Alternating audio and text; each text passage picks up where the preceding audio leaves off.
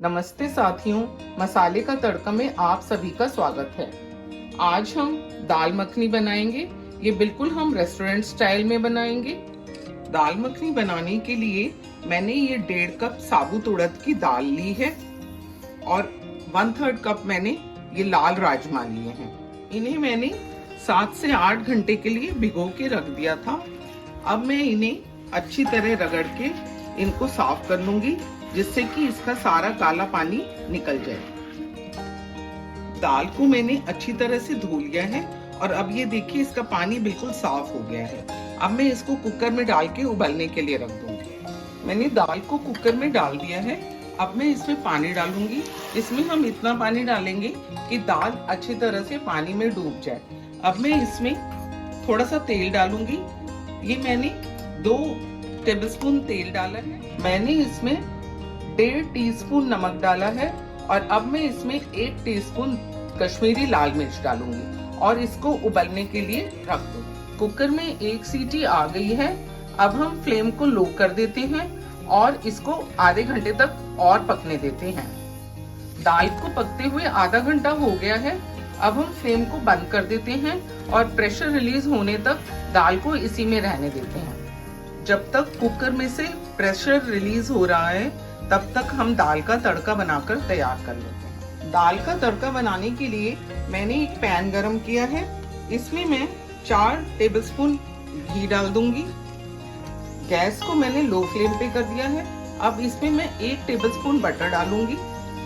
Butter melt हो गया है। अब मैं इसमें 1 चम्मच अदरक की पेस्ट डाल दूंगी और इसे मैं ब्राउन होने तक भून लूंगी।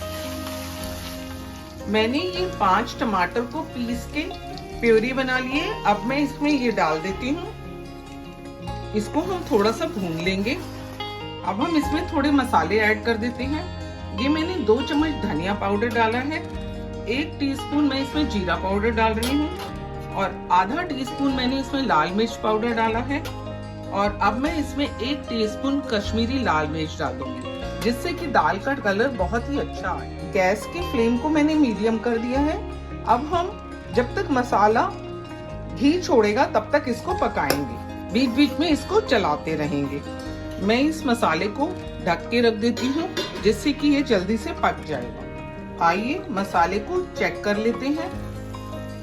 मसाले ने घी छोड़ दिया है और अब ये थोड़ा दानेदार हो गया है।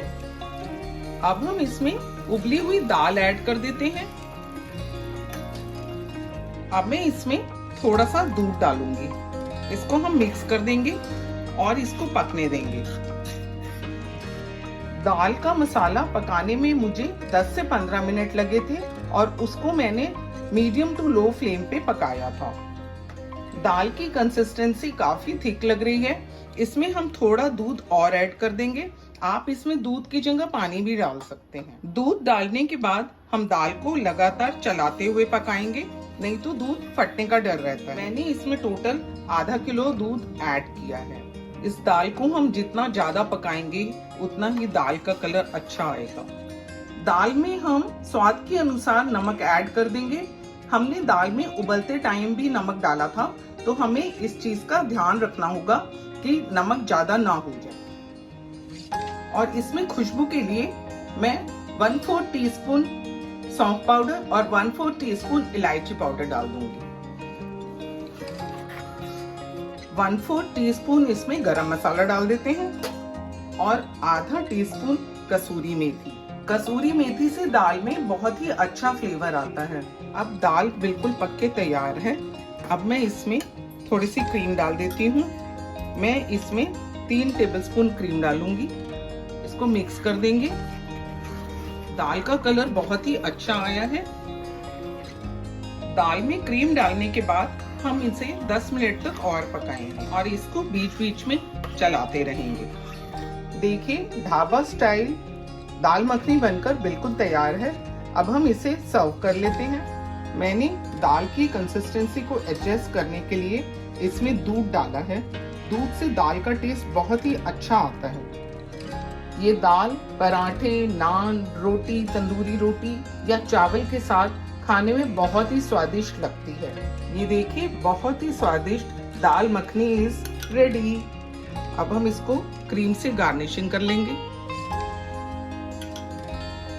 अगर आपको मेरी ये वीडियो पसंद आई हो तो इसे लाइक शेयर करें, मेरे चैनल को सब्सक्राइब भी कर दें और बेल बटन दबाना भी ना भूलें, जिससे मेरी नेक्स्ट वीडियो की नोटिफिकेशन आपको मिलती रहेगी।